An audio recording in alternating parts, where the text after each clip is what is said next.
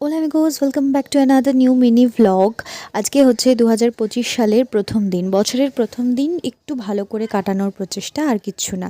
সকালের mini vlog already uploaded আছে, আর এই যে সারাদিন আমি কি করে কাটিয়েছি সেটার একটা লম্বা বড় ভ্লগ তোমাদের সাথে আমি অলরেডি শেয়ার করেছি, চাইলে দেখে আসতে পারো, প্লিজ দেখে এসো। যাই হোক, আজকে বছরের প্রথম দিন একটু সাজুগুজু তো করতেই হয়, যেহেতু একটু বাইরে যাচ্ছি। তার জন্য আজকে হোয়াইট কালারের টপটা পরেছি এবং তার সঙ্গে কালো সুতোর কাজ ভীষণ ভালো লাগে, এবং এটাকে ইন্দো ওয়েস্টার্ন লুক দেওয়ার জন্য একটা ডিস্ট্রেস ডেনিম পরেছি এবং ডেনিম জ্যাকেট। আর যে ব্যাগটা কিনেছি এটা বহু লুক ক্রিয়েট করার জন্য। ইয়াররিং পরেছিলাম যেটা গড়িয়াহাট থেকে কেনা, এবং তার সঙ্গে একটু হালকা ফুলকা মেকআপ, যেহেতু সকাল দিকে বেরিয়েছি, সকাল না ওই দুপুর দিকে বেরিয়েছি। 3টের সময় বেরোনোর কথা ছিল, বেরিয়েছি 4টেয়। আর আমাদের গন্তব্য ছিল আজকে শিবশক্তির ধাম।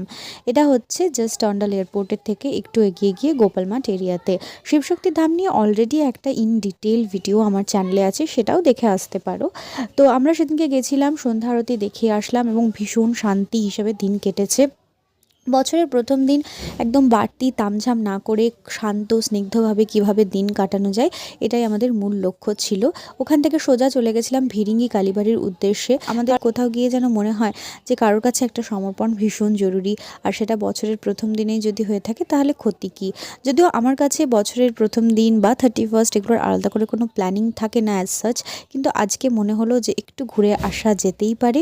এবং ওখানে আমরা ভীষণ সুন্দর দিন কাটিয়েছি, ভীষণ শান্তি স্নিগ্ধ হিসাবে দিন কাটিয়েছি। ওখান থেকে চলে গেছিলাম শ্রীলেদার্সে বাবার একটা জিনিস কেনার ছিল, তো সেটা কিনে সোজা খাওয়া দাওয়া রেস্টুরেন্টে। ভিরিঙ্গি মোড়ে ঢুকতেই এই রেস্টুরেন্টটা, যারা দুর্গাপুর থেকে আমার ব্লগ দেখো তারা আশা করি চিনতে পারছো। আমরা ভেজ ডিশ অর্ডার করেছিলাম, মশলা কুলচা, তন্দুরি, কড়াই পনির এবং তার সঙ্গে চিলি মাশরুম। খাওয়া দাওয়াটা ভীষণ ভালো ছিল। তারপর সন্ধ্যের হাওয়া মেখে সোজা চলে এলাম বাড়ি।